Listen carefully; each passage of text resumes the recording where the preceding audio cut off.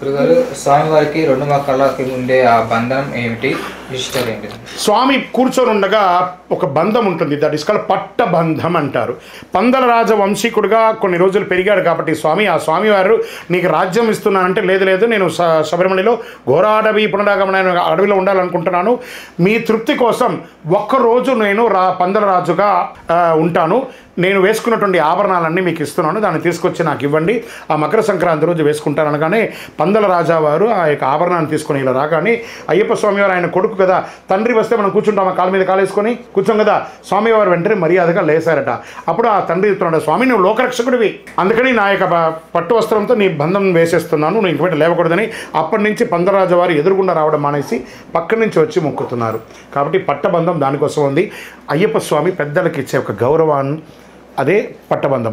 ఆ గౌరవాన్ని ప్రతి గౌరవంగా పందల రాజా గారు నువ్వు లోకరక్షకుడిగా ఉండాలని ఆయన అని చెప్పి కోరుకున్నారు కాబట్టి ఆ పట్టబంధం అయింది. శరణమయ్యప్ప. గురుగారు శబరిమలలో ఇచ్చే ప్రసాద ప్రాముఖ్యత గురించి. అరవణ పాయసం చాలా అద్భుతంగా ఉంటుంది కదా, ప్రతి ఒక్కరు డబ్బాలు తెచ్చుకుంటారు. అక్కడ స్వామివారికి ఇష్టం అరవణ పాయసం అంటే చాలా ఇష్టం. బెల్లంతో తయారు చేస్తుంటుంది, నేతితో తయారు చేస్తుంటుంది. స్వామివారికి ఇచ్చే ఫస్ట్ నైవేద్యం అదే అనమాట, అరవణ పాయసం అండ్ పానకం, ఇవి రెండు ఇస్తుంటారు శబరిమలలో. ఈ అరవణ పాయసం అంటే అయ్యప్పకు చాలా చాలా చాలా చాలా ప్రీతికరమైనటువంటి ఒక పాయసం. అందుకే శబరిమలలో కూడా అదే ప్రసాదం ఇస్తారు. ఎక్కడ అయ్యప్ప పూజలైనా కనీసం ఒక కప్పులో ఉన్న అరుణ పాయసం తయారు చేస్తారు. అరుణ పాయసం అంటే అయ్యప్పకి ఇష్టం. శరణం అయ్యప్ప. పంపా నది విశిష్టత ఏంటి?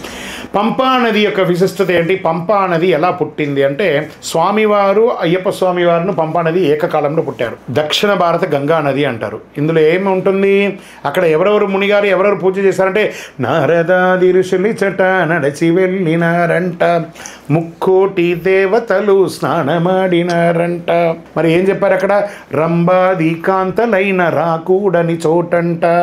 పంపానదిలో కాలెడితే పాపాలన్నీ తొలగిపోతాయట. ఆ దక్షిణ భారత గంగా నది అంటారు ఆ యొక్క పంపానది.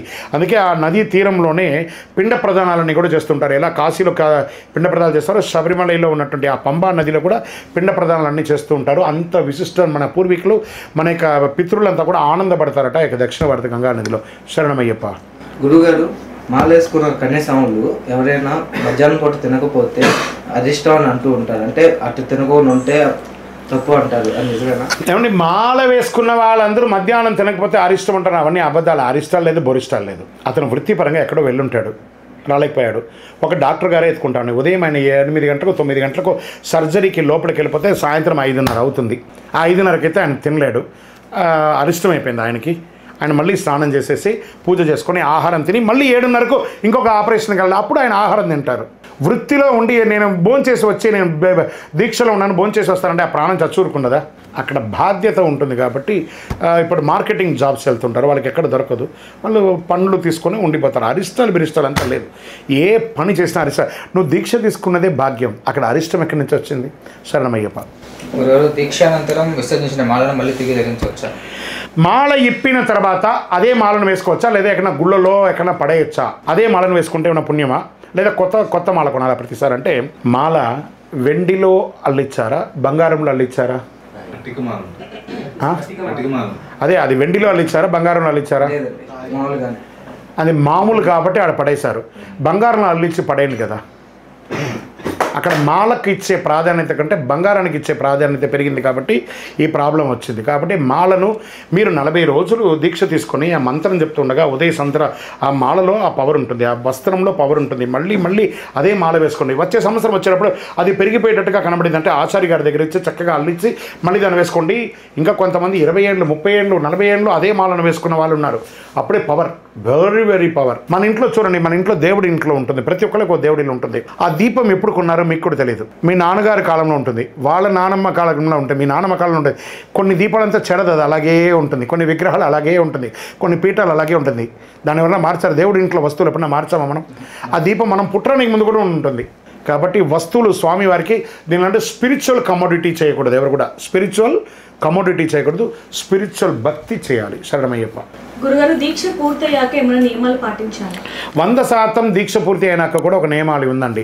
మీరు శబరిమలలో నుంచి తెచ్చిన బియ్యం ఉంటుంది చూసారా, ఆ బియ్యాన్ని తీసుకొచ్చి ఇంకా కొంత బియ్యాన్ని యాడ్ చేసుకొని అందులో దాంట్లో పొంగలి ప్రసాదాలంతా కూడా చేసి 10 మందిని పిలిచి భోజనం పెట్టి మీ శబరిమల నుంచి తెచ్చిన తీర్థ ప్రసాదాలంతా కూడా ఇచ్చి ఒకరోజు మీ యొక్క భార్య పిల్లలందరూ కూడా చక్కగా ఏదైనా ఒక క్షేత్రానికి పక్కనున్న క్షేత్రానికి వెళ్ళి దర్శనం చేసుకున్న తర్వాతనే మీ యొక్క గడ్డం మీసాలంతా తీసి తర్వాత రొటీన్ లైఫ్లోకి వెళ్ళాలి.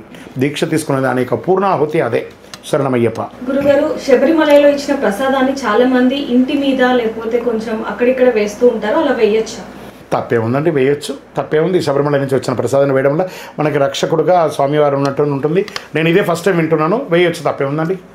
శబరిమల ధ్వజస్తంభంపై గుర్రబొమ్మ ఎందుకు ఉంటుంది? గుర్రం విశిష్టత ఏంటి? శబరిమల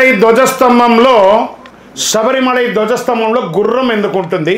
దాని విశిష్టత ఏంటి అంటే స్వామివారి యొక్క వాహనం గుర్రం వాహనం అంటారు. తురగ వాహనం సుందరాననం వరహదాయుతం వేదవర్ణితం.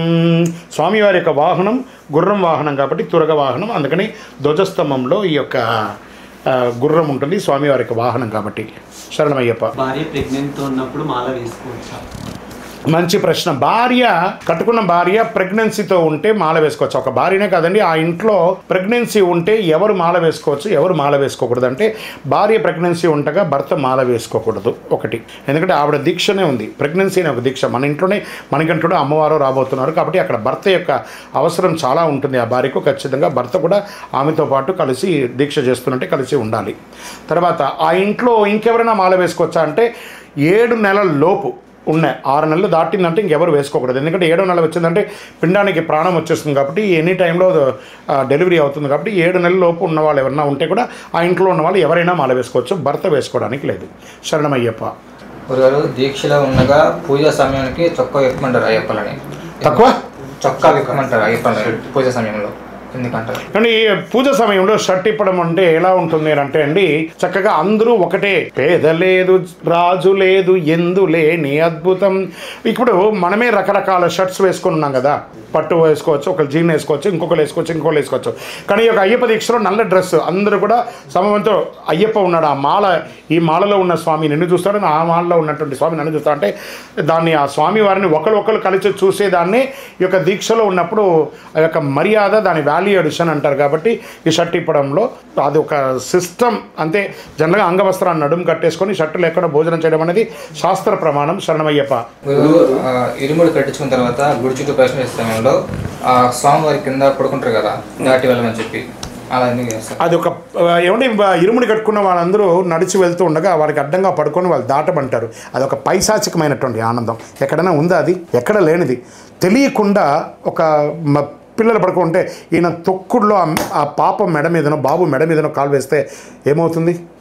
సారీ చెప్తారా? అప్పుడు కాదు కదా, ఎక్కడా లేదు కదా. అది తాకకుండా ఉంటారా?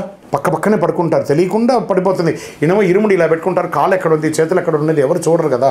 ఇలాంటి పైశాచికమైనటువంటి పనులు చేయకండి. తప్పు ఎక్కడా లేదు, దాటకూడదు. శరణమయ్యప్ప.